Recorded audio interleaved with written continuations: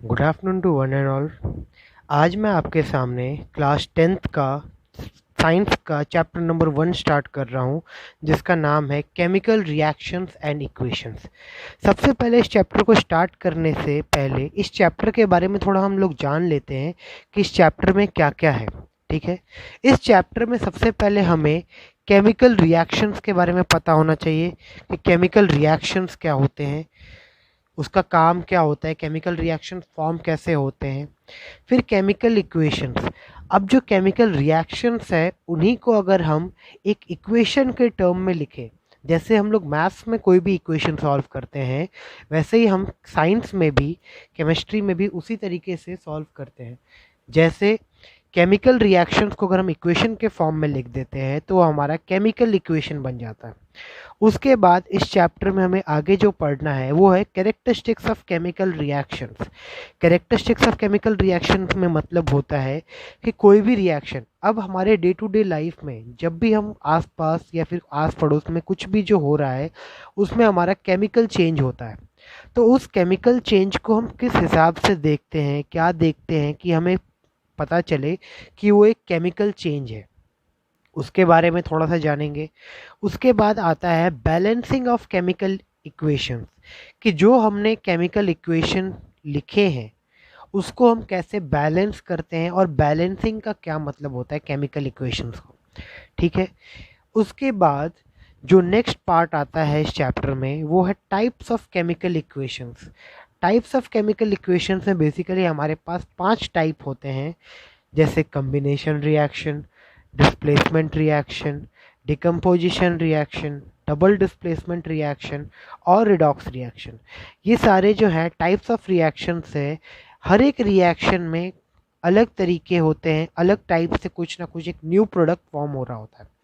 अब इसके बाद जो चैप्टर के कुछ और पोर्शन बच जाते हैं वो बेसिकली क्या है, करोजन और rancidity.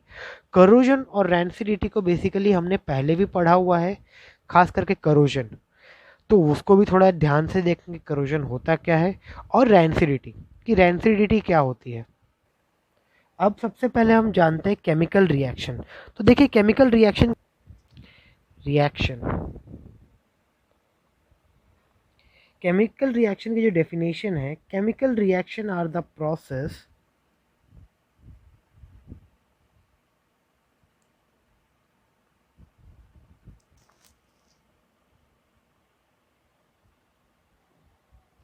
in which new substance with new properties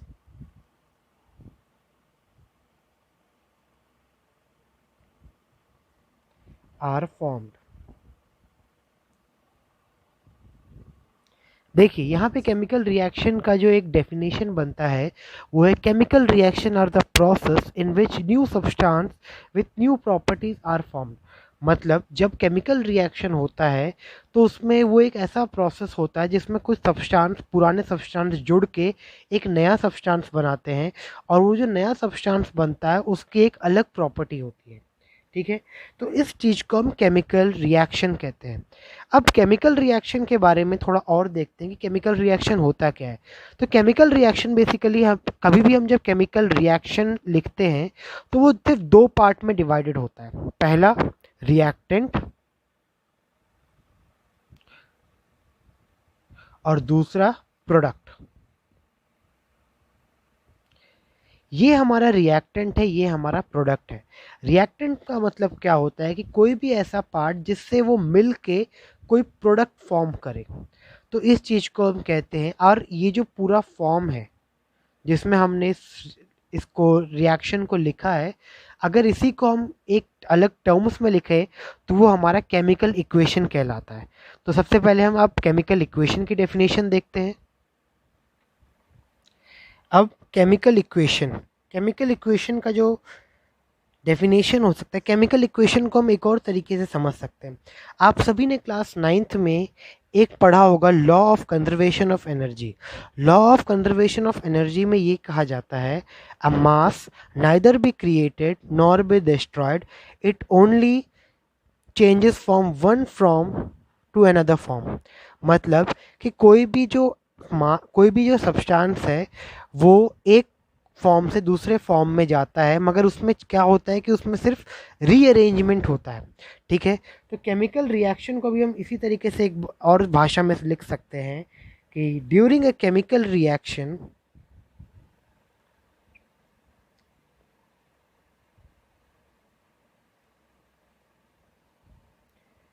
atoms of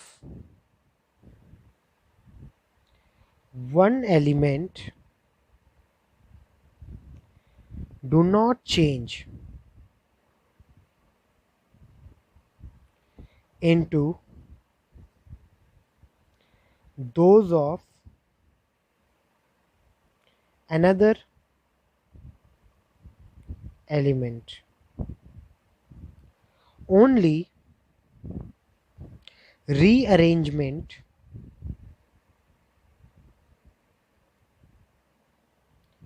of atoms takes place.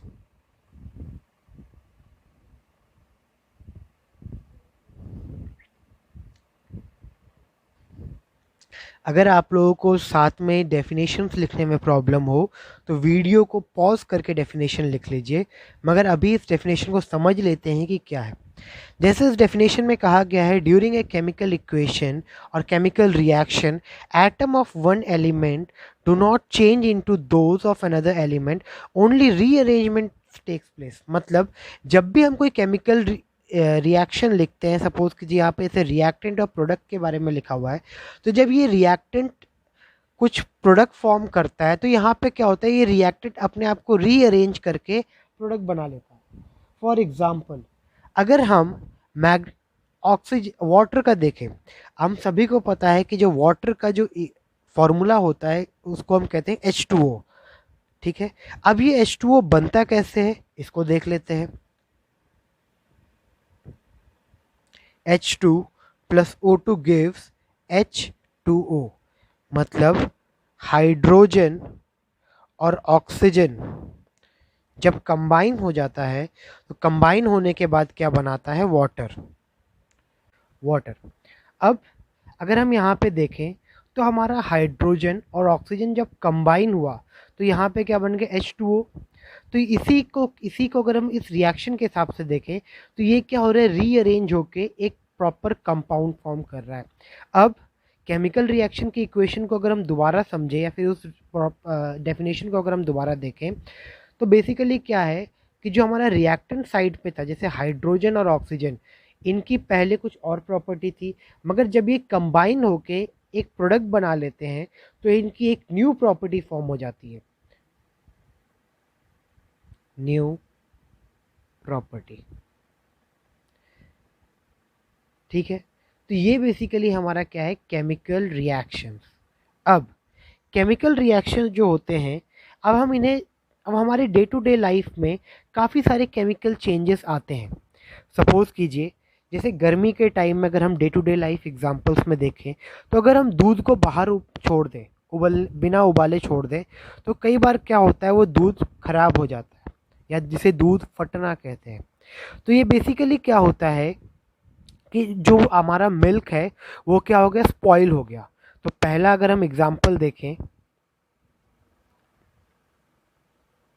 Spoil of milk. ठीक है, अब एक और एग्जांपल को थोड़ा देख लेते हैं। अगर हम सभी ने देखा है कि जब भी हम किसी भी आयरन पीस को अगर हम एटमॉस्फेयर में नॉर्मली बाहर छोड़ देते हैं तो कुछ टाइम बाद क्या होता है, उसके अंदर रस्टिंग लगनी स्टार्ट हो जाती है। मतलब क्या, अगर कोई भी मेटल पीस को अगर हम बाहर धूप में छोड़ दें in the presence of water and sunlight, तो वो क्या होता है, उसमें रस्टिंग आने लगता है, यानी उसके ऊपर एक लेयर आने लग जाती है। तो उसको हम कह सकते हैं रस्टिंग ऑफ आयरन। उसके बाद अगर हम यहाँ पे देखें तो हमें एक और चीज़ दिखता है, अगर हम हैवी एक्सरसाइज करने लगते हैं तो उसके कारण क्या होता है कि हमारी बॉडी से स्वेटिंग होती है, यानी पसीना। तो वो जो क्या होता है कि हमारी बॉडी में हीट जनरेट हुआ, और हीट जनरेट होने के बाद क्या होता है कि वो लिक्विड के फॉर्म में हमारी बॉडी से बाहर आता है। तो हम इसको ये भी लिख सकते हैं।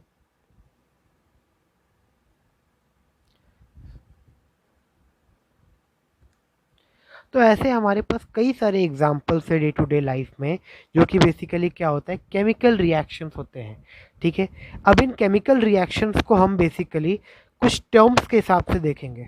नेक्स्ट है हमारा कैरेक्टरिस्टिक्स ऑफ केमिकल रिएक्शन।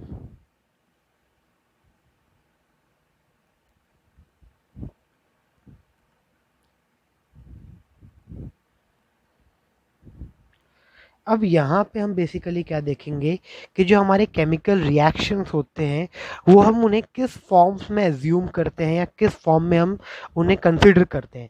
तो ये बेसिकली हमारे 5 टर्म्स होते हैं। सबसे पहला क्या होता है, evolution of gas.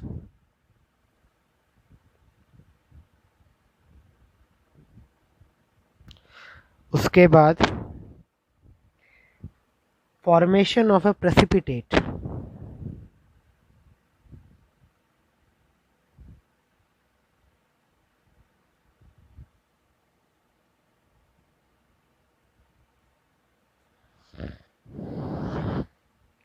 Next, change in colour.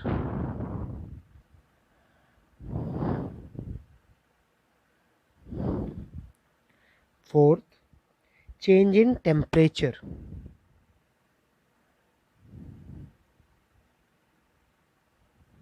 Fifth and the last is change in state.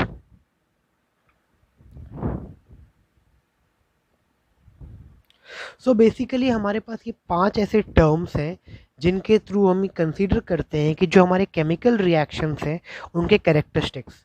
अब एवोल्यूशन ऑफ गैस, अगर हमारे किसी भी केमिकल रिएक्शन में, जब हमारे आसपास जो भी केमिकल रिएक्शंस हो रहे हैं, अगर उसमें गैस फॉर्म हो रहा है तो उस टाइप के कैरेक्टरिस्टिक को हम एवोल्यूशन ऑफ गैस कहते हैं। फॉर्मेशन ऑफ प्रेसिपिटेट, सपोज कीजिए अभी मैंने थोड़ी देर पहले ही आपको एक एग्जांपल समझाया था जो था कि स्पॉइल ऑफ मिल्क। तो स्पॉइल ऑफ, जब जब भी कोई दूध फट जाता है तो दूध फटने के बाद क्या होता है कि उसके नीचे कुछ, जो भी उसका कुछ फटा हुआ होता है वो दूध में नीचे जाके बैठ जाता है। तो वो क्या होता है, एज अ प्रेसिपिटेट नीचे जाके क्या हो गया, सेटल डाउन हो गया। तो उसे हम कहते हैं formation of precipitate. Change in colour, change in colour का भी मैंने अभी पीछे एक एग्जांपल आपको बताया था, जैसे आप सब देख, पीछे एक बार रिवाइंड करके भी देख सकते हैं वीडियो को, कि रस्टिंग ऑफ आयरन मेटल। जैसे कि कभी भी किसी आयरन मेटल को अगर हम धूप में छोड़ देते हैं तो उसमें रस्टिंग लग जाती है। अब उस रस्टिंग के कारण क्या होता है कि जो उस आयरन का कलर होता है वो क्या होता है, चेंज हो जाता है। उसके बाद change in temperature, change in temperature के एक दो एग्जांपल्स है जो मैं आपको दोबारा समझाना चाहता हूँ। वो बेसिकली ये है, जैसे कि अभी हमने देखा कि हम अगर कभी हैवी एक्सरसाइज करते हैं तो हमारी बॉडी से क्या होता है कि हीट जनरेट होता है, और वो हीट जो है स्वेटनिंग के फॉर्म में, यानी पसीने के फॉर्म में क्या होता है, बाहर आता है। दूसरा, जब भी हम कभी वाइट वॉशिंग करवाते हैं अपने घर में, तो वाइट वॉशिंग करवाने के लिए हम क्या यूज़ करते हैं, कैल्शियम ऑक्साइड। जब भी हम कैल्शियम ऑक्साइड को, यानी कैल्शियम ऑक्साइड का फॉर्मूला होता है CaO, CaO को जब भी हम वाटर के साथ ट्रीट करते हैं तो हमारा क्या बन जाता है, कैल्शियम कार्बोनेट। ठीक है, ये हमारा क्या है, कैल्शियम ऑक्साइड वाटर, और ये क्या है हमारा, कैल्शियम कार्बोनेट। अब बेसिकली क्या होता है, जब मेरा कैल्शियम ऑक्साइड वाटर के साथ रिएक्ट करता है तो कैल्शियम कार्बोनेट बना लेता है, और ये जो कैल्शियम कार्बोनेट होता है ये बहुत ही ज़्यादा हाई हीट प्रोड्यूस करता है। और ये इतना हीट प्रोड्यूस करता है कि अगर कोई आदमी अपना हाथ या फिर कोई भी ऐसा ऑब्जेक्ट रख दे तो वो जल भी सकता है, इसके अंदर इतना हीट होता है। ठीक है, और जो लास्ट है वो चेंज इन स्टेट है। चेंज इन स्टेट को हम तरीके से समझ सकते हैं, जैसे अगर हमने कोई भी नैप्थलीन बॉल या फिर कपूर को नॉर्मल एयर में रख दिया तो वो क्या होता है, सॉलिड से डायरेक्ट गैस में कन्वर्ट हो जाता है। इस चीज़ को हम चेंज इन स्टेट का एक एग्जांपल मान सकते हैं। जैसे मान लीजिए कोई भी एक सॉलिड सब्सटेंस है, अगर वो कहीं भी रह के अपनी स्टेट से चेंज कर लेता है, यानी अपना पूरा स्टेट, अगर स्टेट क्या होता है, हमारे पास तीन टाइप के स्टेट्स होते हैं basically, solid, liquid and gas. ये हमारे क्या हैं, स्टेट्स। अब कोई भी अगर हमारा केमिकल रिएक्शन किसी एक स्टेट से दूसरे स्टेट में चेंज हो जाता है तो उस चीज़ को हम चेंज इन स्टेट का एग्जांपल मानते हैं। अब मैं आपको ये जो 5 मैंने कैरेक्टरिस्टिक समझाए हैं, इनका एक एक एग्जांपल दे देता हूँ जिससे आपको और क्लियर हो जाए। तो सबसे पहले बात करते हैं एवोल्यूशन ऑफ गैस की।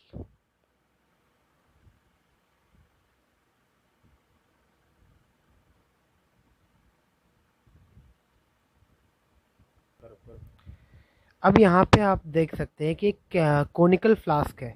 ये जो कोनिकल फ्लास्क में हमने क्या किया, जिंक ग्रेन्यूल्स डाल दिए और डाइल्यूट सल्फ्यूरिक एसिड डाल दिया। ठीक है, तो जब हमारा dilute sulphuric acid zinc granules के साथ क्या होता है, रिएक्ट करता है, तो क्या होता है, हमारा गैसेस फॉर्म होता है जो कि हाइड्रोजन गैस होता है। और ये हाइड्रोजन गैस क्या होता है, ऊपर की ओर क्या होता है, निकलना स्टार्ट हो जाता है। तो इस टाइप के रिएक्शन को हम क्या कहते हैं, या इस टाइप के इस कैरेक्टरिस्टिक को हम कहते हैं एवोल्यूशन ऑफ गैसेस, जिसमें हमारा क्या है कि जिंक ग्रेन्यूल के साथ जब डाइल्यूट सल्फ्यूरिक एसिड रिएक्ट करता है तो हमारा हाइड्रोजन गैस फॉर्म होता है। और ये जो हाइड्रोजन गैस होता है ये हमारा बबल्स के फॉर्म में फॉर्म हो जाता है और ये कोनिकल फ्लास्क से बाहर निकलने लग जाता है। तो ये बेसिकली क्या था, एवोल्यूशन ऑफ गैसेस का एक example. Formation of precipitate. Formation of precipitate में जैसे मैंने आपको एक स्पॉइल ऑफ मिल्क का एग्जांपल तो दिया ही था, साथ में जो बेसिकली एक एग्जांपल है chemical reaction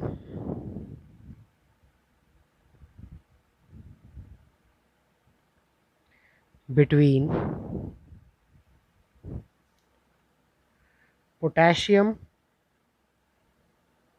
iodide and lead nitrate. Lead nitrate is characterized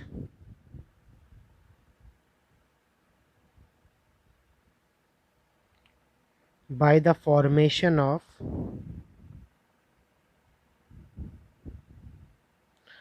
precipitate.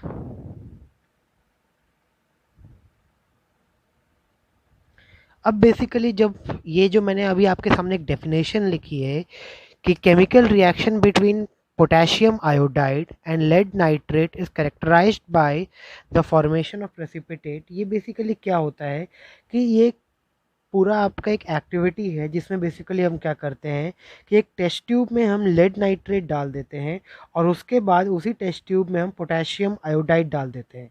तो जब जो लेड नाइट्रेट होता है वो बेसिकली हमारा बीकर में होता है और उसके बाद जैसे ही हमने उसमें पोटेशियम आयोडाइड डाल दिया तो येलो कलर का प्रेसिपिटेट जो होता है वो नीचे फॉर्म हो जाता है और वो जो येलो कलर का प्रेसिपिटेट होता है वो लेड आयोडाइड बन जाता है। मतलब जैसे एक बीकर पे हमने क्या किया, सबसे पहले लेड नाइट्रेट डाल दिया, ठीक।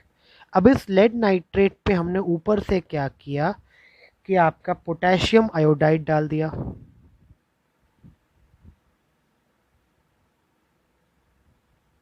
पोटेशियम आयोडाइड डालते ही क्या हुआ कि यहाँ पे नीचे जाके कुछ प्रेसिपिटेट बैठ गए और ये जो प्रेसिपिटेट है आपका, ये बेसिकली क्या है, आपका लेड आयोडाइड। और ये किस कलर में है, आपका येलो कलर का है।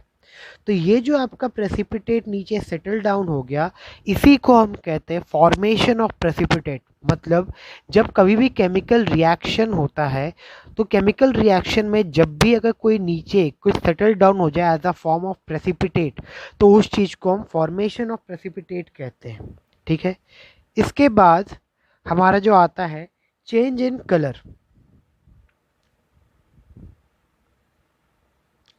चेंज इन कलर में मैंने आपको रस्टिंग का तो एक एग्जांपल समझा ही दिया है, इसके साथ साथ आपके सिलेबस में काफ़ी सारे एग्जांपल्स हैं जो हमें अभी और आगे के चैप्टर्स में भी पढ़ने हैं।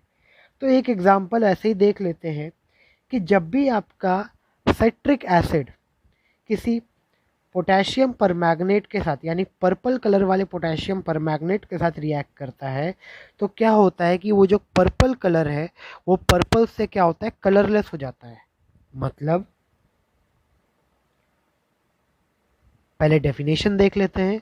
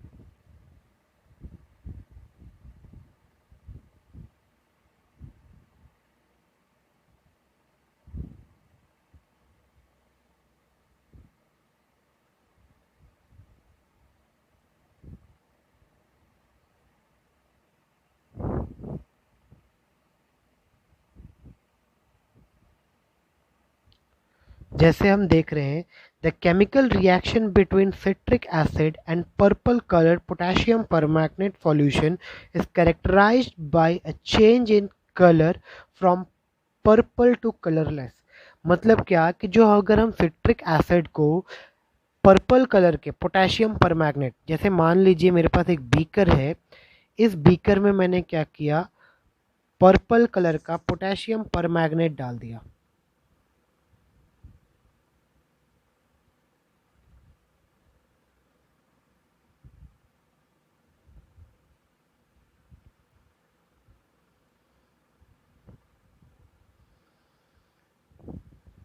ठीक है, अब इस पोटेशियम परमैंगनेट में जैसे ही मैंने ऊपर से सिट्रिक एसिड डाला, तो वैसे ही यहाँ पे जो पर्पल कलर था इस पूरे सॉल्यूशन में, वो पर्पल कलर से कलरलेस हो गया। तो इस टाइप के रिएक्शंस को हम चेंज इन कलर का एग्जाम्पल मानते हैं। ठीक है, और इसका एक और एग्जाम्पल अगर आपको ये थोड़ा कॉम्प्लिकेटेड लगता है तो आप रस्टिंग का एग्जाम्पल भी दे सकते हैं, जिसमें आपका कोई भी मेटल है, अगर वो कहीं बाहर डैम्प एयर में रखा हुआ है in the presence of sunlight, तो वो क्या होता है, वो भी अपना कलर चेंज करके कोई दूसरा कलर बना लेता है। उस चीज़ को भी हम चेंज इन कलर का एज ए एग्जाम्पल मान सकते हैं। और इसमें आपका जो आगे आना है वो आपका है बेसिकली, इसमें जो आपका नेक्स्ट आना है वो है चेंज इन टेम्परेचर का, कि चेंज इन टेम्परेचर कैसे होता है। तो चेंज इन टेम्परेचर में सबसे पहला जो है, मैंने आपको एग्जांपल तो समझाया ही था कि जब भी आप कैल्शियम ऑक्साइड को वाटर के प्रेजेंस में ट्रीट करते हैं तो आपका कैल्शियम कार्बोनेट बन जाता है, जिसका फॉर्मूला होता है CaCO3। ठीक है, कैल्शियम ऑक्साइड, वाटर और कैल्शियम कार्बोनेट।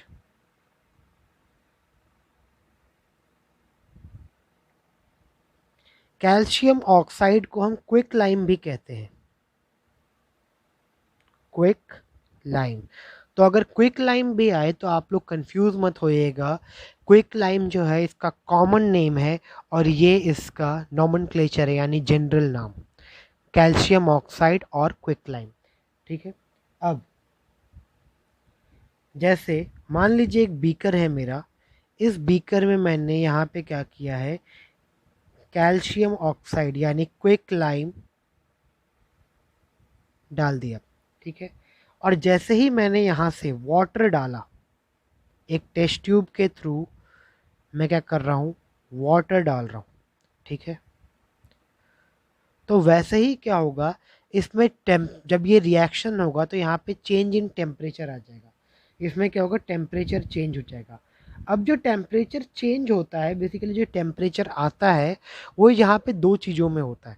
अब टेम्परेचर को समझने के लिए हमें यहाँ पे दो मेन टर्म्स आते हैं जो हमें समझने हैं। बेसिकली पहला क्या होता है हमारा, एक्सोथर्मिक रिएक्शन,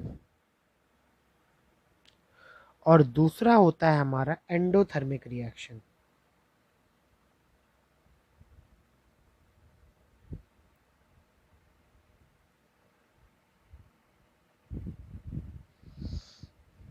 ठीक है, एक हमारा एक्सोथर्मिक है, एक हमारा एंडोथर्मिक है। एक्सोथर्मिक रिएक्शन वो रिएक्शन होता है जिसमें हीट इवॉल्व होके बाहर निकलता है, जो कि हीट प्रोड्यूसिंग रिएक्शन जिसे कहते हैं, उस टाइप के रिएक्शन को हम एक्सोथर्मिक रिएक्शन कहते हैं।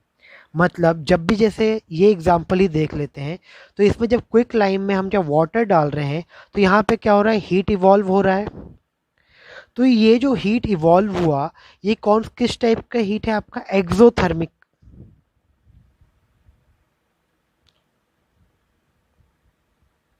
ठीक है, मतलब क्या है कि हीट प्रोड्यूसिंग, हीट क्या हो रहा है हमारा, प्रोड्यूस हो रहा है।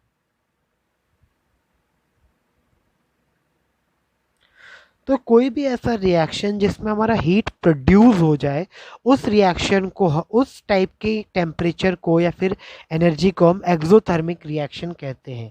और जिसमें हमारा जो हीट है वो सॉल्यूशन में अपने आप एब्जॉर्ब हो जाए, वो हमारा एंडोथर्मिक है।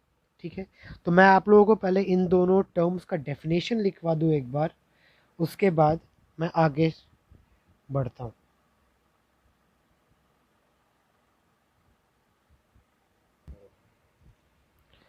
एक्सोथर्मिक का डेफिनेशन क्या है, the reaction in which the heat energy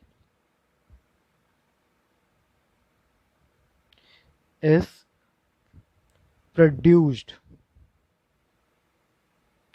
or released from the solution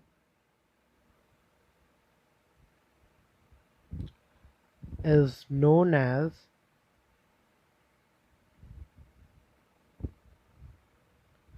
exothermic reaction।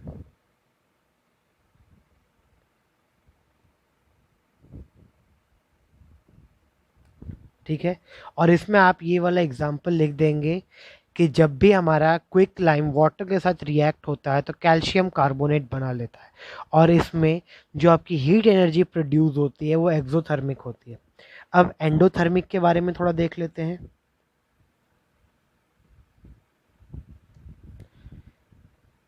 The reaction in which the heat energy is absorbed by the solution is known as endothermic reaction। आप लोगों को ये दोनों term काफ़ी ध्यान से समझना है क्योंकि ये काफ़ी इम्पॉर्टेंट है और आगे इसका यूज़ भी है। ठीक है, तो एंडोथर्मिक रिएक्शन वो रिएक्शन होता है जिसमें बेसिकली क्या होता है आपका, कि हीट एनर्जी जो है वो आपका सॉल्यूशन अपने आप एब्जॉर्ब कर लेता है। उस टाइप के रिएक्शन को हम एंडोथर्मिक रिएक्शन कहते हैं।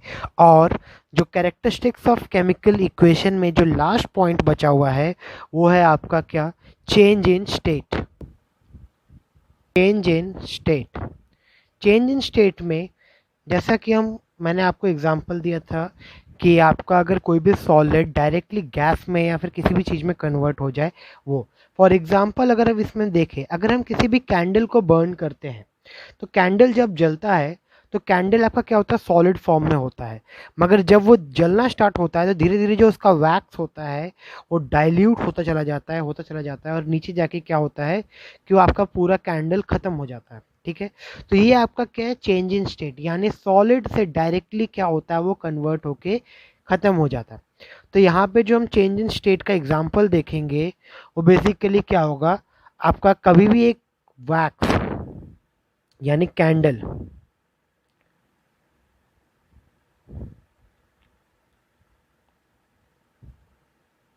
burning of candle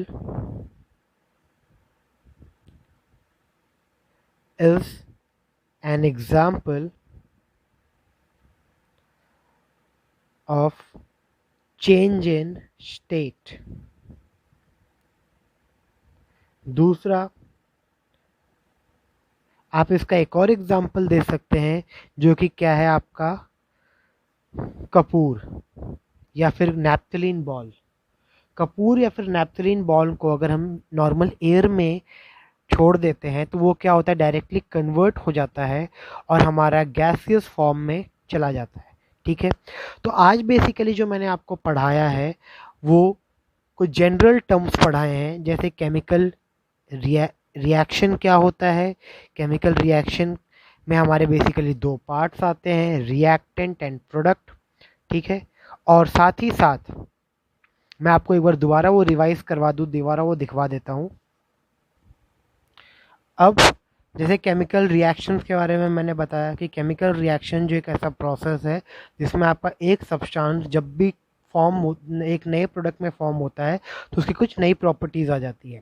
अब केमिकल रिएक्शन को हम देखा जाए तो रिएक्टेंट और प्रोडक्ट, हमारा जो केमिकल रिएक्शन होता है ये बेसिकली सिर्फ दो पार्ट में डिवाइडेड होता है। पहला हमारा रिएक्टेंट, दूसरा हमारा प्रोडक्ट। ठीक है, इसका एग्जाम्पल जैसा मैंने आप लोगों को दिखाया था कि हाइड्रोजन और ऑक्सीजन जब कंबाइन होकर वाटर फॉर्म करता है तो प्रीवियसली हाइड्रोजन की कुछ अलग प्रॉपर्टीज़ होती हैं, ऑक्सीजन की कुछ अलग प्रॉपर्टीज़ होती हैं, और जब यहाँ पे वाटर फॉर्म हो जाता है तो इसकी एक न्यू प्रॉपर्टी फॉर्म हो जाती है। ठीक है, अब इसके बाद जो नेक्स्ट टॉपिक है, अब केमिकल रिएक्शंस के बारे में देख लेते हैं कि हमारे केमिकल रिएक्शन जो कैरेक्टरिस्टिक्स होती है वो बेसिकली 5 टाइप है। Evolution of gas, formation of precipitate, change in colour, change in temperature और चेंज इन स्टेट। ये बेसिकली 5 ऐसे मेन क्राइटेरिया हैं या फिर जो मेन ऐसे टर्म्स है जिनके थ्रू हम केमिकल रिएक्शन के जो भी केमिकल चेंजेस होते हैं उनको हम ऑब्जर्व करते हैं। ठीक है, आज की क्लास में मैं इतना ही बताऊंगा। नेक्स्ट क्लास में हम बेसिकली केमिकल इक्वेशंस और बैलेंसिंग वाले पार्ट पे ध्यान देंगे। Thank you, have a good day.